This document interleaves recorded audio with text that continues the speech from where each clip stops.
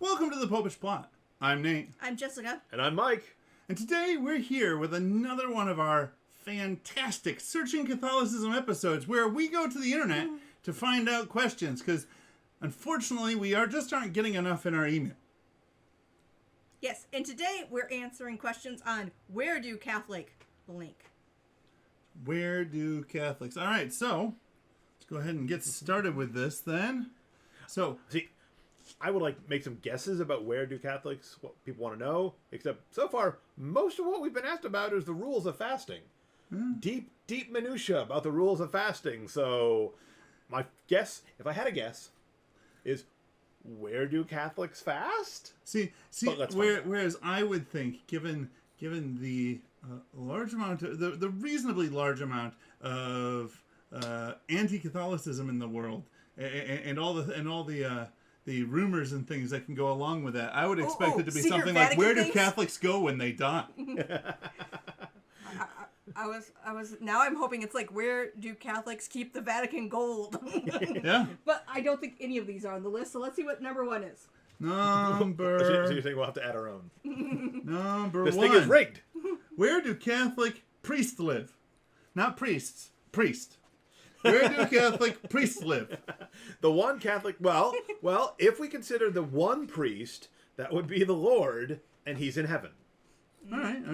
I think they more want to know about that little house that's nearby or connected to the church. So most Catholic priests live in what is called a rectory. Yes. That's either a integrated building or a freestanding building on the parish grounds where they serve. In order to keep them close to their pasture, if you will. And most priests, of course, don't own a home, so with their various assignments, they just move from rectory to rectory wherever they're assigned. Some priests, however, do own their own home. Yes.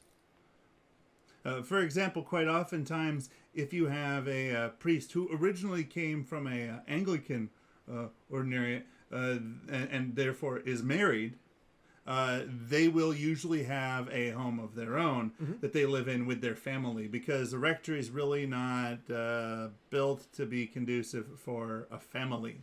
Yes, like our rectory is largely like dorm rooms and then like a connected living kitchen area. So even back in the day when there were typically more than one priest in a parish, it was, like Jess said, essentially a dormitory, not suitable for a family. Yeah. Yes, and we also, in our area, we have retired priests who all live in condos in a building that's all just for retired priests.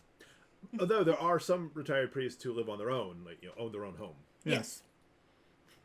All right. So they live in a house. They live in a house, which may or may not be on the parish campus, or may not be connected to the church proper. It varies. Question number 2. Where do Catholic nuns/sisters live? Yeah, I doubled up because there was questions about, both nun and sisters, and it's the same answer overall most part. Get thee to a nunnery. Yes. Or a convent. Or, which is another name for a nunnery. Or some other type of like a community living arrangement kind of a thing. It might also be called a monastery if it's old, even though we now usually think about that as monks. Or a mother house is often used for the communities that are more out in the public, because nuns are cloistered, so they have their own place they stay all the time. Religious sisters might have outside work. Either they all have a job that's, like back when they had teaching orders and stuff, or they have multiple jobs. Like I know there's a number of parishes where religious sisters will be the ones who are kind of like the administrator while a visiting priest comes in. And they usually have some common place that they all meet up and live together.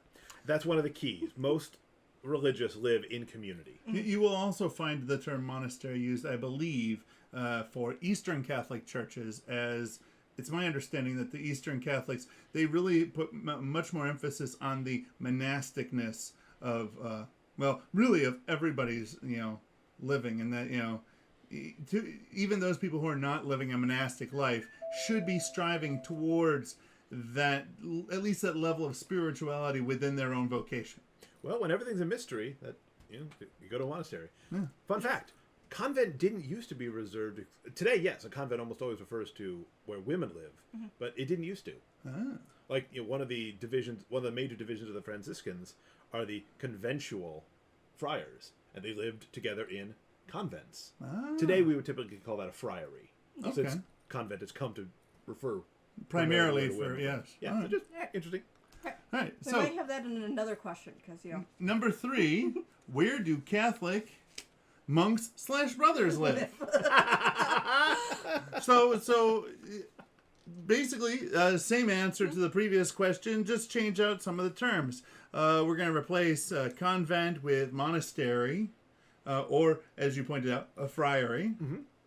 And Well, like Dominicans. Dominicans aren't monks; they never live in a monastery. yes, and depending on the type of order that they are, it will vary greatly. As in, you have some that are more cloistered slash what's the word I'm looking for? That it starts with a C. yeah. So, they The- contemplate things. The contemplative. They're more Contemplative. they're more contemplative, and they will tend to be further out from where everybody else is. Yeah. Generally have larger spaces, whereas some orders they tend to be more mission oriented, and therefore they will actually have places generally right in the heart of things. Yeah, like the CFRs in New York. Yeah. They're right in the thick of things. Exactly. Sure. Yeah. So, but again, almost all religious live in some kind of community. Yeah. It's, I know Dominicans, they even travel in pairs. They're not supposed to travel alone.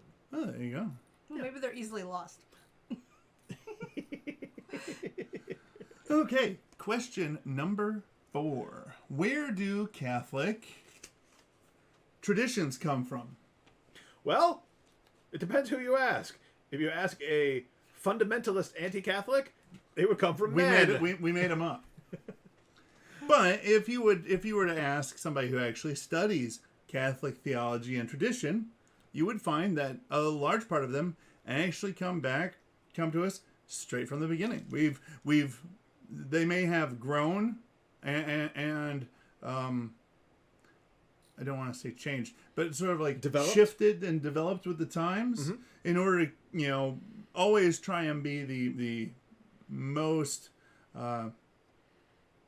accurate understanding of what they are based on what we know of the world. Yeah. So what tradition means, if you go back to the Latin roots of the word, it means to hand on. So it's been handed on from the beginning. Yes, and I would like to add, although I capitalized everything so it looks neat, Yeah. we are only talking about, capital T tradition. Yeah. Like, if your grandma insists that you open one Christmas present on Christmas Eve and the rest on Christmas Day, that's not what it's talking about. That's a loyalty Or- tradition, and that may come from, I don't know, couple generations back. If your parish has a festival and it's tradition for father to go into the dunk tank, Yes. that's a little T tradition. That's not a big Yeah. T tradition. But yes. In this sense, we made, big T traditions, Yeah. and by and large, all of them, in some way, you can point to something in the Bible that relates to it. Yeah.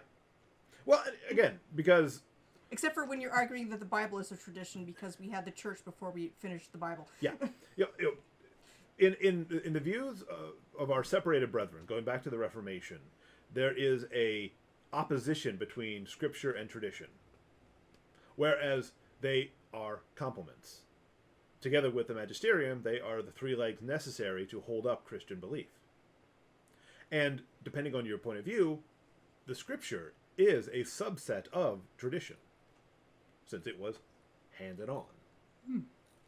Right. All right. Next question. Question number 5.